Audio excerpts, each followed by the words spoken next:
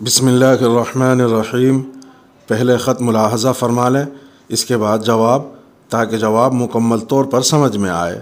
نیز خط چونکہ کافی بڑا ہے، اس لیے اس کے چنندہ حصے خلاصے کے طور سے آپ کے سامنے پیش کیے جا رہے ہیں۔ خط شروع ہوتا ہے۔ السلام علیکم ورحمۃ اللہ۔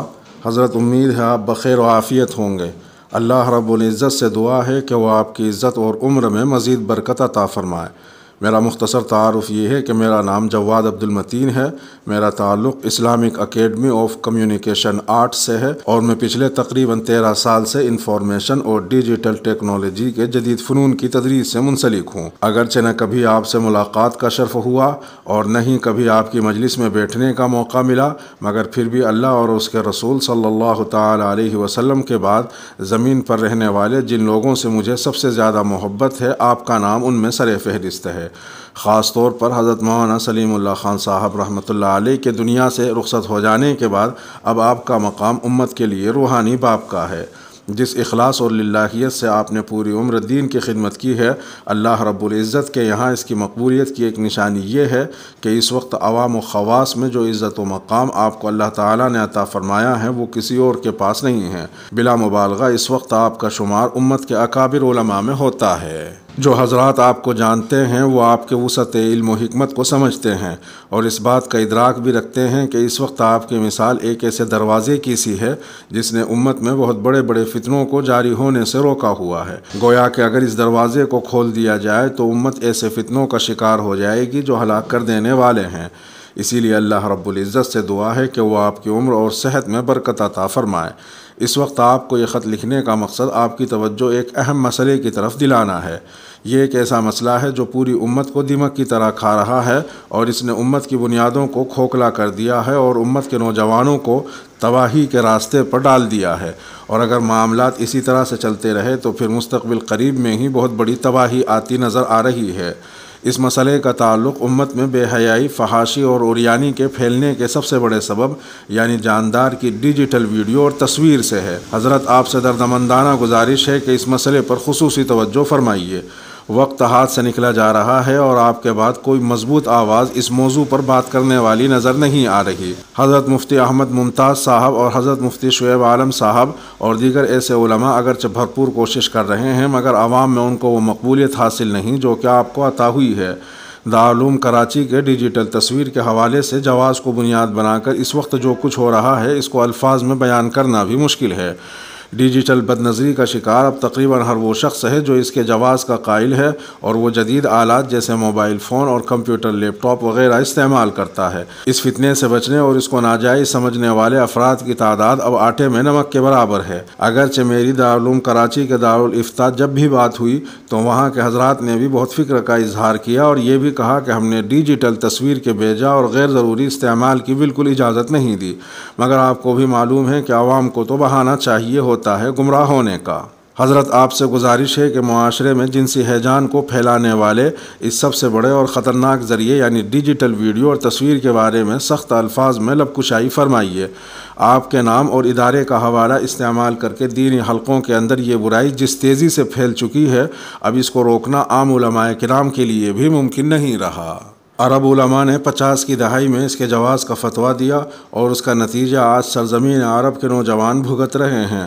عرب مسلمان نوجوانوں میں بے رہروی کا عام ہونا، بے حیائی اور فحاشی کا دور دورہ اور مغربی طرز زندگی سے انس و محبت اس کے چند ثمرات میں سے ہیں۔ جاندار کی تصویر کے جو اثرات انسانی ذہن پر ہوتے ہیں وہ کسی سحر سے کم نہیں۔ یہ انسانی ذہن اور اعصاب کو ویسے ہی تحریک دیتے ہیں جیسا کہ اصل میں کسی جاندار کو دیکھ کر ملتی ہے۔ اب جاندار کی تصویر کو دیکھ کر ہونے والی یہ تحریک دنیا کی محبت کا باعث بنے، غیر اللہ کی تاثر کا سبب ہو یا جنسی ہیجان اور بے حیائی کے پھیلنے کا ذریعہ۔ اگرچہ شراب کی طرح اس میں بھی فائدے ہوں گے مگر اس کے نقصانات اس سے حاصل ہونے والے فوائد سے کئی ہزار گنا زیادہ ہیں۔ یہود و نصارہ کے علماء نے مسلمانوں سے کئی دہائیاں پہلے اس ٹیکنالوجی کو اپنے دین کی ترویج کے لیے استعمال کرنا شروع کیا مگر نتیجتاً ان کی اپنی بستیوں سے ان کا دین مٹ گیا۔ پھر اہل زبان عربوں نے ڈیجیٹل تصویر اور ویڈیو کے ذریعے دین کی ترویج کی کوشش کی اور اس کا نتیجہ آج ہمارے سامنے ہے، اور اب ہم جو نہ کہ اہل زبان ہے اور نہ ہی اس ٹیکنالوجی کے موجد اس کو دین کی خدمت کے لیے استعمال کرنے کی کوشش کر رہے ہیں، جس کے نتائج دینی مدارس سے آنے والی خوفناک کارگزاریوں اور معاشرے میں پھیلتی بے حیائی کی صورت میں ہمارے سامنے آنے شروع ہو گئے ہیں۔ اگرچہ یہ موضوع بہت اہم ہے اور اس پر اگر مزید تفصیل بیان کی جائے تو یہ بات بہت لمبی ہو جائے گی، مگر مجھے یہ بھی احساس ہے کہ آپ کا وقت بہت قیمتی ہے۔ آپ سے گزارش ہے کہ ان واقعات پر دو ٹوک اور سخت رد عمل کا اظہار فرمائیے اور اس حوالے سے امت کی تباہی کے ان جدید اسباب کی روک تھام کے لیے اپنا کردار ادا کیجیے، کیونکہ معاملہ اب دین کی عظمت کو بچانے کا ہے۔ محترم جناب جواد عبد المتین صاحب، مزید مجدکم، السلام علیکم ورحمۃ اللہ تعالی وبرکاتہ۔ آج مجھے آپ کا کوئی خط بھی مجھے مل گیا تھا دفتر میں آپ کی جو تشویش ہے اور آپ کی جو فکر ہے وہ آپ کے دینی جذبے کی قماز ہے۔ اللہ تعالیٰ اس میں مزید ترقی عطا فرمائے اور ہمیں بھی ایسی فکر و تشویش عطا فرمائے۔ صورتحال یہ ہے کہ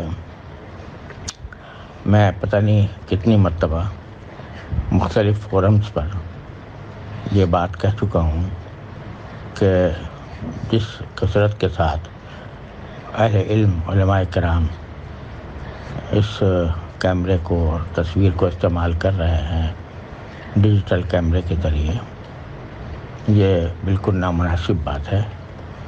اور یہ مسئلہ الگ ہے کہ یہ فی نفسی ہی تصویر کے حکم میں آتا ہے یا نہیں آتا، لیکن اس کے اس طرح کثرت سے استعمال اور بالخصوص کے غلط استعمال سے میں خود فکر مند ہوں، اور اب کے وفاق المدارس کی مجلس عاملہ میں ہی میں نے یہ مسئلہ اٹھایا تھا اور لوگوں سے کہا تھا کہ وہ مساجد اور مدارس کو ان تصاویر سے محفوظ کریں۔ چنانچہ یہ اپیل وفاق کی طرف سے تمام مدارس اور مساجد کو بھیجی گئی ہے اور میرے نام سے بھیجی گئی ہے، اور الحمدللہ اس کا فی الجملہ اثر بھی ہوا ہے، اور اب مساجد اور مدارس جو خاص طور پر وفاق سے کی ہدایات کی پابندی کرتے ہیں وہ اس سے باز آ گئے ہیں۔ خود مولانا حنیف صاحب بہت بکثرت تصویروں میں آیا کرتے تھے، اب انہوں نے بھی اس کو ختم یا کم کر دیا ہے۔ اور میں خود جہاں جس کسی مجلس میں ہوتا ہوں اور وہاں یہ تصویر کشی ہو رہی ہوتی ہے تو اس پر لوگوں کو تنبیہ بھی کرتا ہوں، اور پتہ نہیں کتنے فورم پر یہ بات میں ظاہر کر چکا ہوں۔ اور خود اپنے ہمارے دارالعلوم کے اندر ہم نے کیمرے والے موبائل کی نہ صرف مکمل ممانعت کی ہوئی ہے، بلکہ اگر پچھلے دنوں کچھ طلباء کے پاس کیمرے والے موبائل پائے گئے تو ان کا اخراج کر دیا گیا، اور ان سے اس سال باوجود کہ وہ دورہ حدیث کے طلباء تھے ان کو بھی ہم نے داخل کرنے سے اس بنا پر انکار کیا۔ اور وجہ میں اس کی یہ بتاتا ہوں کہ اول تو خود علماء کرام کے درمیان یہ مسئلہ مختلف ہی ہے، اور مختلف ہی ہونے کی صورت میں آدمی کو احتیاط پر عمل کرنا زیادہ بہتر ہے۔